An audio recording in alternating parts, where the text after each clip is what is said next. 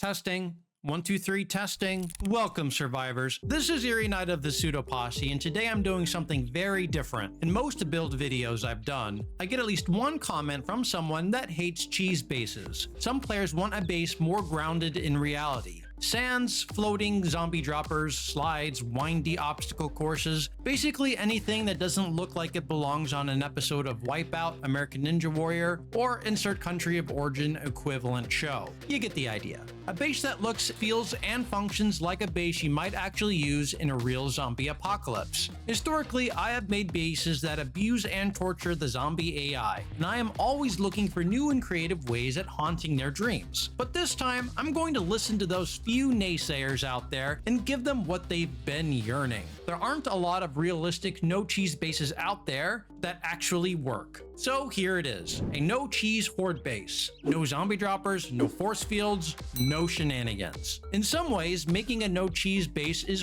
harder as zombies behave in a very predictable way, and not exploiting that, at least minimally, makes your life a lot harder. Zombies will always prefer to follow the shortest path with the lowest amount of total block hit points to reach you, the player. To prevent them from bashing on your foundations or important structural support, it is usually best to route them toward an elevated fighting position by making that path the easiest one. Easier than collapsing your position or beating on anything important. For more nuances of zombie AI behavior, I highly recommend checking out our ultimate 80+ beginner horde base building tips video if you haven't seen it before.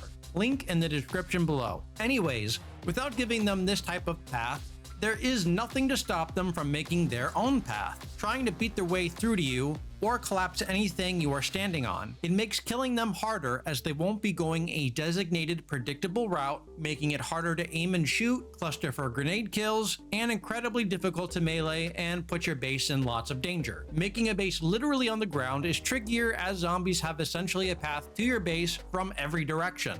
As zombies have essentially a path to your location from every direction. We still want to force them a certain way, but instead of tricking them to path up higher to reach you, we need to deter them from just rushing through the walls. Unlike most of my bases, material strength and wall thickness will play a very important role here. For one thing, zombies follow the path of least resistance. Take this little test here. Instead of running all the way around, zombies will bash through the wall instead. It is faster for them to bash straight through than to run the entire distance. Compared to our first test, this wall is made of concrete, and notice how many will run around, but some will decide it is still easier to beat through. For the base we are building, this would mean death, as unlike an elevated cheese base, once they break through, they can definitely reach us. There's nothing to stop them. Here's the final design. I'll walk you through the concept, and in the back half of the video, I'll give you all a build tutorial for those that want to make something similar. In that section, I'll share all of my design decisions and little building tips and tricks for new and old players alike, for those that want a deeper dive beyond the basic premise. The idea of this base is to funnel zombies into the front, to prevent them from taking shortcuts through the sides or the backside in which we will be located. The walls are 2 to 3 layers thick all around. Since we are not using any cheese methods like force fields of deterring zombies from bashing through the walls, we need to rely on sheer number of hit points. As zombies enter, they are immediately greeted by electric fence traps. Now, you could add blade traps and/or dart traps for a lot of extra DPS, and the design would greatly support blade traps as they would be within repairable range. More on that in a little bit, but I wanted to keep the design minimalist and less resource intensive to maintain. Zombies will aim to run toward the other side, and as they get farther, the passageway becomes more narrow till it is only a single block width. On the far end is a barricade, the other side of which is where we can be potentially located. The beauty of this base is that it supports multiple play styles. You could stand right here on the ground all night and use the longer range weapon like sniper rifles or machine guns to pick zombies off that are stunned and throw grenades and molotovs. You could even melee the ones that get close enough at the far end. If, however, you favor shorter range weaponry like shotguns or pistols, head up the stairs toward the top. top. Along the entire length of the below passageway, you are able to shoot downward. You can easily throw grenades through the floor and Molotovs through the cube 1-meter hole openings. The fence posts are strategically placed at a close enough distance from the floor such that you can repair them through the floor safely throughout the Horde night. All fence posts are easily accessible. This would extend to blade traps if you place them down below. The problem with blade traps are they are so fragile, so keeping them in repairable range is necessary, and this design supports that.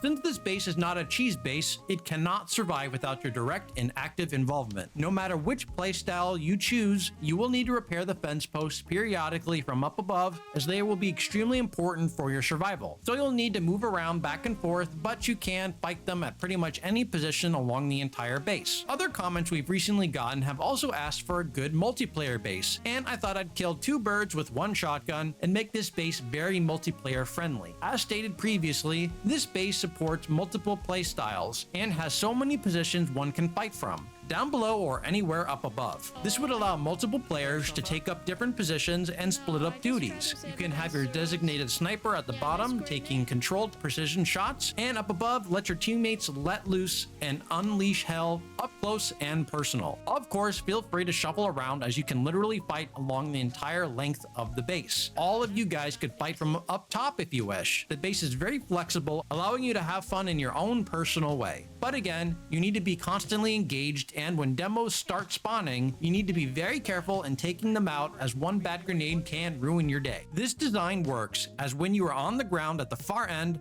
zombies will naturally try to reach you, following the path of least resistance around the base through the front entrance. And the stairs from ground to top floor provide a continuous path that zombies will see, so if you're on top, they will still follow the same route through the front towards the back instead of breaking into destroy everything mode. And last but not least, how do you get in? Easy. From the backside on a ladder 2 blocks above the ground, so you can easily get in if your name isn't Taco Bear, while zombies cannot. Not unlike Taco Bear. Okay, what? For the script, you need to have some trouble getting on the ladder. No. Do it. No. Do it. I'm so good at it. Do it. No. Okay, that's the base in a nutshell. Now, if that's all you came for, thanks for watching. See you guys in the next video. Don't forget to like on your way out and sub if you aren't already a part of the posse. But for the rest of you building aficionados, we're going to show a step-by-step building process, the design philosophies for how to control the zombie AI in a non-cheesy way, how to make the base extremely friendly to wire all the electrical devices, as well as some simple aesthetic little tricks and other such goodies. So if that piques your interest, stick around till the end. Let's start with constructing the zombie entrance of our base by making an 11 block length row of cube shapes. Place an arrow slit block on the 3rd block from the edge. These will ultimately provide cover for the electric fence posts. You can use any shape for this, as wires pass through solid walls, but I like the aesthetic look of the wire passing through the arrow slit opening. Makes it look more realistic, which is kind of the whole point of this build. We will repeat this pattern 5 more times, and at the far end, we will make another row of cubes and block off access to the electric fence post from the front.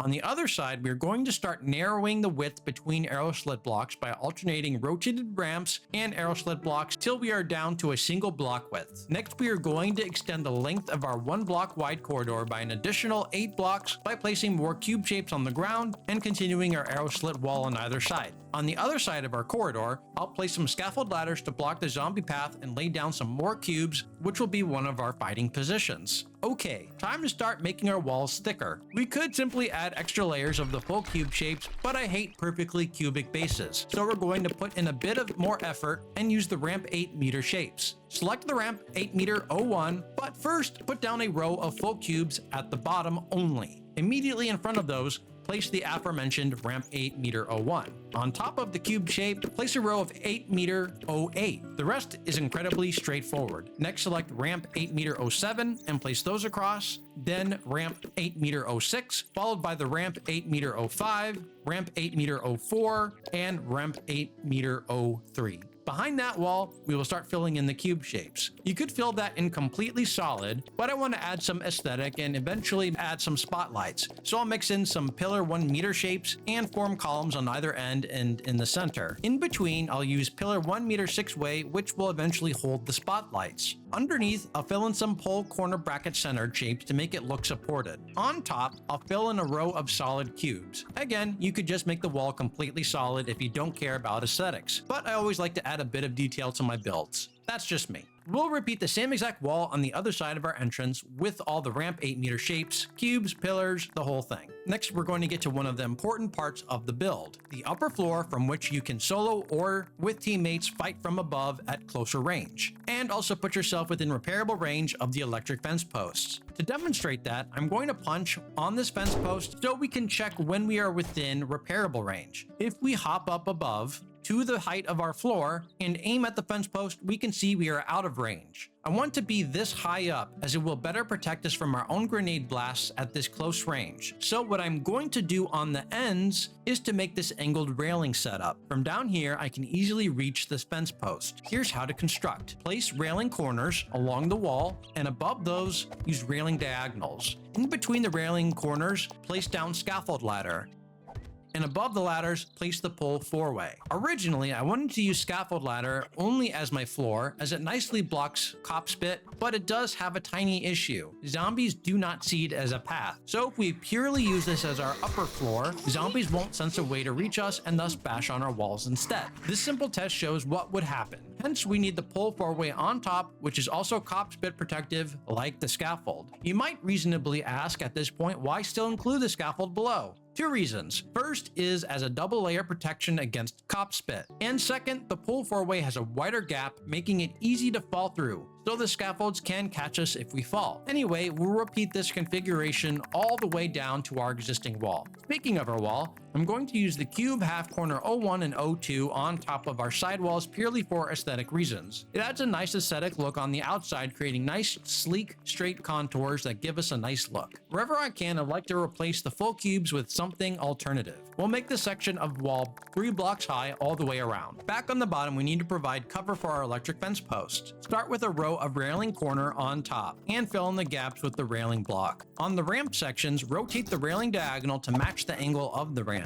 When it comes to the 1 block wide corridor, just stack the existing arrow slit shapes. Normally, you can throw some Molotovs through the scaffolds or pole 4-way shapes when used alone, but together it is nearly impossible. To allow our Molotovs to reach the zombies, I'm going to insert the cube 1 meter hole at various positions across the top floor, which will give the Molotovs a clear opening to the bottom. On top of these, I'm going to use the cube half meter hole, which will protrude the opening from the floor to make it easier to spot and to hopefully avoid accidentally walking inside and falling down. On top of our corridor, we are going to place the full cubes and in between the scaffold ladder. Because it is too narrow, the pole 4-way can't be used as it needs at least 2 blocks wide to form the large gap. Besides, the cubes are pathable, so putting in some scaffold won't screw up the zombie pathing AI. To make the transition between the front and back top floor easier, I'm going to add some stairs. The stairs filled railing metal left on the left, and I bet you can guess what will go on the right. Down below, it is time to start filling in the fence posts. Wherever we have an arrow slit, place a fence post. Time to do some menial duty and simply fill in the full cube shapes to raise the inner lining of our multi-layer wall. On top, we'll extend the scaffold toward the wall and leave an opening for a ladder 2 blocks above the ground so zombies won't try to break through and climb up that way. This will be our access post horde to make any fence post repairs or replace them if they get destroyed. As we did with our entrance outer wall, we're going to place the same exact ramp 8 meter shapes from bottom to top, except we will be 1 block less high. This is the same exact process as we did before, so nothing special here. Before we can continue the wall on the backside, we need to fill in the full cube inner wall and, while we're at it, the stairs from top floor to bottom. Unlike the ladders we just did, this needs to fully extend to the bottom as we want zombies to see this as a complete path, so when we are on top, they will continue going the way we want them to route. Now you could make this area bigger, but I want to limit the size of it. Making it too large runs the risk of making the length from zombie spawn to entrance extremely far, which might influence the zombies to make a shortcut through the wall. Remember, zombies are lazy and run the path of least resistance, so if the path is too long, they will break through instead. On the sides of this back region, we will place more ramp 8-meter shapes to provide extra protection as we have done previously.